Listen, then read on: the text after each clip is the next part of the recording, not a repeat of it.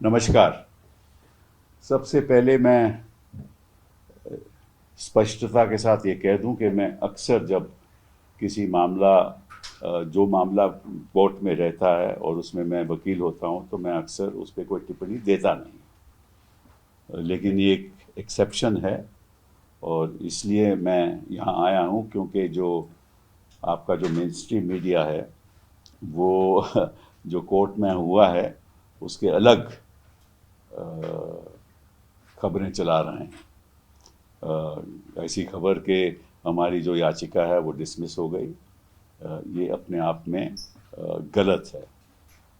हुआ क्या कि हाई कोर्ट में जो टीएमसी ने दावा किया था वो ये था कि ये सर्कुलर गलत है और ये सर्कुलर होना नहीं चाहिए क्योंकि इस सर्कुलर के अंतर्गत ये कहा गया है कि कमीशन को ये जानकारी है कि और कई जगह से जानकारी मिली है कि वहाँ इलेक्शन के दौरान कुछ प्रॉब्लम्स होने वाली हैं हर बूथ में। तो इस वजह से इलेक्शन कमीशन ने ये तय किया है कि हर बूथ पे एक सेंट्रल गवर्नमेंट का नॉमिनी होगा, सेंट्रल गवर्नमेंट ऑफिसर की नियुक्ति की जाएगी। और हाई कोर्ट में ये मामला जब आया तो ये कहा गया कि वहाँ ऑलरेडी इलेक्शन कमीशन के मुताबिक वहाँ एक ऑब्जर्वर जिसको कहते हैं माइक्रो ऑब्जर्वर, जो सेंट्रल गवर्नमेंट का नॉमिनी होता है, सेंट्रल गवर्नमेंट उसकी नियुक्ति करती है, वो हर बूथ में वैसे भी वहाँ रहता है। और उस साथ साथ में सारी पार्टी के पोलिंग एजेंट्स रहते हैं, सारी पार्टी के इलेक्शन एजेंट्स रहते हैं और फिर सुपरवाइज़र भी रहता है, पोलिंग सुपरवाइज़र। तो जब ये बात सर्कुलर पे आई तो सुप्रीम हाई कोर्ट ने कहा कि ये सर्कुलर ठीक है और ये जो फैसला इलेक्शन कमीशन ने किया है वो भी ठीक है। तो जब हम सुप्रीम कोर्ट आए तो हमने ये तय किया कि हम सर्कुलर को चैलेंज नहीं करेंगे, लेकिन ये कहेंगे, ये आग्रह करेंगे सुप्रीम कोर्ट से कि जो सर्कुलर है उसको आप लागू कीजिए। अब सर्कुलर 13 अप्रैल 2026 का है, तो वो सर्कुलर मैं आपको पढ़ भी देता हूँ, पहले समझा दूंगा फिर पढ़ भी दूंगा। उसमें ये लिखा है कि कई जगह से हमें जानकारी मिली है कि इरेगुलरिटीज़ होने वाली हैं इलेक्शन के प्रोसेस में, काउंटिंग के प्रोसेस में इरेगुलरिटीज़ होंगी। तो इसलिए हम चाहते हैं कि जो एक सेंट्रल गवर्नमेंट का employee apart from micro observer वहाँ रहे, ये फैसला है। तो हमने फिर कहा कि उसी सर्कुलर के अंतर्गत, वो मैं पढ़ देता हूँ, वो कहता है कि from further a dedicated module is being incorporated in ECI net for randomization of counting personnel and generating of counting ID cards. The salient features of the proposed module are as follows. मतलब कि जो मोटी मोटी बात जो है circular के अंतर्गत उन्होंने कही है कि random selection of state government and central government employees from the respective personal databases for counting use. तो इसका मतलब ये हुआ, सर्कुलर कहता है कि आप एक केंद्र का भी नॉमिनी वहाँ रख लीजिए और एक राज्य का भी नॉमिनी रख लीजिए। जो सरकारी मुलाजम होगा केंद्र का भी होगा और राज्य सरकार का भी होगा और ये नियुक्ति उनकी होनी चाहिए। तो हमने सुप्रीम कोर्ट में कहा कि देखिए उनका खुद का सर्कुलर कहता है, चलिए आप सेंट्रल गवर्नमेंट नॉमिनी रखना चाहते हैं तो रखिए, लेकिन साथ साथ एक स्टेट गवर्नमेंट नॉमिनी भी रखिए, उसकी भी रैंडमाइजेशन नाम करके रखिए। तो सुप्रीम कोर्ट ने कहा कि आप तो वहाँ सर्कुलर चैलेंज कर रहे थे, तो हमने कहा कि अब हम सर्कुलर नहीं चैलेंज कर रहे, हम तो कहते हैं कि उसको लागू करें। तो अब हमें उम्मीद है और सुप्रीम कोर्ट ने यह कहा कि, और ये ऑर्डर है कि the election commission will follow the circular issued by them both in letter and spirit. मतलब कि उस सर्कुलर को आप लागू करोगे और जो भी वहां लिखित है उसको लागू करोगे। और लिखित क्या है कि स्टेट गवर्नमेंट का नॉमिनी भी होगा और सेंट्रल गवर्नमेंट का नॉमिनी भी होगा, केंद्र सरकार का भी नॉमिनी होगा और राज्य सरकार का भी नॉमिनी है, जो दोनों गवर्नमेंट सर्वेंट होंगे। तो ये ऑर्डर हुआ है।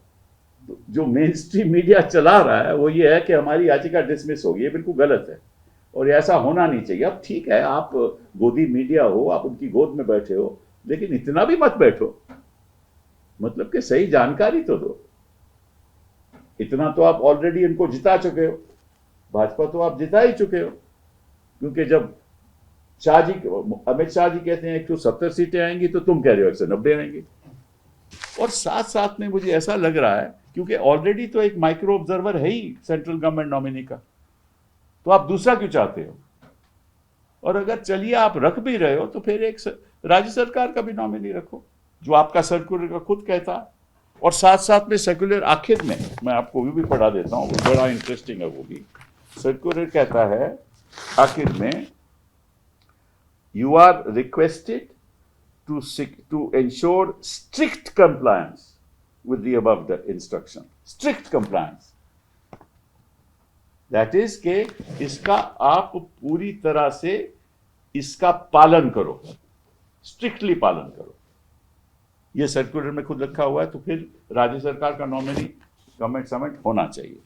अब ऐसा लग रहा है कि भाजपा का ध्यान किसी और प्रदेशों में है नहीं जहां इलेक्शन हुए हैं, न तमिलनाडु में, न केरल में, और कहीं और भी नहीं।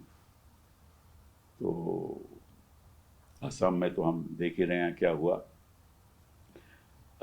अगर ऐसा मतलब कि बंगाल, पश्चिम बंगाल हिंदुस्तान ही में है ना, कहीं और तो नहीं है ना। तो ऐसा लग रहा है कि वहां एक सीज हो रही है, सेंट्रल गवर्नमेंट के पर्सनल की सीज हो रही है। इतना तो मैंने हिंदुस्तान के इतिहास में कभी नहीं देखा। हम कई चुनाव लड़ भी चुके हैं, देख भी चुके हैं। इस तरह से जितने लोग सीएपीएफ के वहां तैनात हैं, वो मणिपुर में नहीं है, जम्मू कश्मीर में नहीं है, लेकिन वहां हैं क्योंकि अब युद्ध चल रहा है, भारी युद्ध कोई चल रहा है, कोई आक्रमण कर रहा है, कि आपको उनके इतने सीएपीएफ पर्सनल आपको रखने की जरूरत है? इलेक्शन ही है ना भैया, चुनाव ही है ना। तो आप कहते हो कि अगर चुनाव में कुछ गड़बड़ी होती है तो आप इलेक्शन पिटीशन फाइल करते हो, कहते हो ना। कोर्ट भी कहते हैं कि 45 दिनों में आपको राहत मिलती है, 45 दिनों में आप इलेक्शन पिटीशन डाल सकते हो। अगर गलत काम हो रहा हो तो दोनों को लागू है। वो भी इलेक्शन पिटीशन डाल सकते हैं और ये भी इलेक्शन पिटीशन डाल सकते हैं। फिर इतने लोगों, इतनी सीएपीएफ के तैनात होने की जरूरत क्या है? अब सिक्योरिटी तो उनके हाथ में है ना, सिक्योरिटी तो पश्चिम बंगाल की सरकार के हाथ नहीं है। अब तो ईसीआई सब कर रहा है। तो अगर ईसीआई सब कर रहा है, सीएपीएफ भी वहां है, सिक्योरिटी उनके हाथ है, फिर डर किस बात का? और पोलिंग बूथ पे पोलिंग एजेंट भी हमारा है, उनका भी पोलिंग एजेंट है, टीएमसी का भी पोलिंग एजेंट है, बाकी जो चुनाव लड़ रहे हैं वो पार्टी जो भी लड़ रही है उनके सारे के पोलिंग एजेंट हैं, उनके इलेक्शन एजेंट हैं। सिक्योरिटी आपकी है, अंदर जाने की अनुमति आप ही देते हैं। वहां एंट्री, जब तक आईडी कार्ड नहीं दिखाओगे तब तक एंट्री नहीं होगी। तो फिर किस चीज की आपको संभावना है कि यहां गड़बड़ होगी, जब सारा तामझाम आपके हाथ में है? फिर वो क्यों करना चाहते हैं? कोर्ट की प्रोसीडिंग छोड़ दीजिए, इनकी मंशा क्या है आपके हिसाब से? ये क्यों ऐसा करना चाहते हैं? टीएमसी भी कह सकती है कि हमें भी आशंका है कि वहां बैठ के ये तरफदारी करेंगे, क्यों हम तो कुछ कर नहीं सकते। कुछ सारे तो वैसे भी गवर्नमेंट, सेंट्रल गवर्नमेंट के वहां माइक्रो ऑब्जर्वर है, हम क्या कर सकते हैं? कोई नहीं कर सकता। और सारी रिकॉर्ड हो रहा है, ये भी अब हमें मालूम है। सीसीटीवी से जो भी पोलिंग बूथ में हो रहा है, काउंटिंग में हो रहा है, वो रिकॉर्ड हो रहा है। अब जब रिकॉर्ड हो रहा है तो फिर किस चीज का डर है? अब इलेक्शन कमीशन का ये एक प्रावधान है कि 45 दिन के बाद वो रिकॉर्डिंग नहीं रखेंगे। अरे भाई क्यों नहीं रखोगे? क्योंकि गड़बड़ी आप करोगे, अगर करोगे तो और 45 दिन के बाद आप उसको रखोगे नहीं, तो कैसे तय होगा कि क्या हुआ पोलिंग काउंटिंग में? कोई नहीं तय कर पाएगा ना। तो ये भी हम बात सुप्रीम कोर्ट के आगे आने वाले दिनों में लाएंगे कि ये जो सीसीटीवी कैमरा की जो फुटेज है, ये आप सिक्योरिटी के साथ आपको सबको रखनी चाहिए। और मैं ये भी चाहूंगा कि जो भी वहां कैंडिडेट लड़ रहा है विपक्ष का, वो आरटीआई डालकर ये कहे कि साहब आप हमें सीसीटीवी कैमरा की फुटेज दीजिए, ताकि हमारे पास भी फुटेज हो। अगर नहीं रखते तो हमारे पास तो हो ना, और नहीं देते अगर तो फिर हम सुप्रीम कोर्ट को हमें जाना पड़ेगा। तो हर चीज, आप राजनीति में चुनाव तो लड़ सकते हो, लेकिन ऐसा ना हो कि सारा देश, मतलब कि आपकी सारी सरकार एक प्रदेश के खिलाफ चुनाव लड़ रही है। ऐसा नहीं होना चाहिए। लेवल प्लेइंग फील्ड होनी चाहिए। और ये जनता को ये महसूस नहीं होना चाहिए कि ये हो रहा है कि वहां, मतलब कि जो केंद्र सरकार है वो एक भावी पड़ी हुई है, और सारे मतलब कि जैसे कोई एक विरोधी वहां बैठा हुआ है। राजनीति में विरोधी तो होंगे, लेकिन पश्चिम बंगाल में जनता तो विरोधी नहीं है ना। जनता तो अपना वोट देगी, मत देगी, जिस तरफ जाएगा ठीक है। तो ये एक बड़ी दुख की बात है कि मीडिया ऐसे काम करता है जो असलियत से दूर हो। और केंद्र सरकार इस तरह से अपना प्रभाव बनाना चाहती है काउंटिंग एरिया में भी, और ये संवैधानिक नहीं है। लेकिन ये तो एक पॉलिटिकल लड़ाई है, और पॉलिटिकली फिर सामना करना होगा। बहुत बहुत धन्यवाद।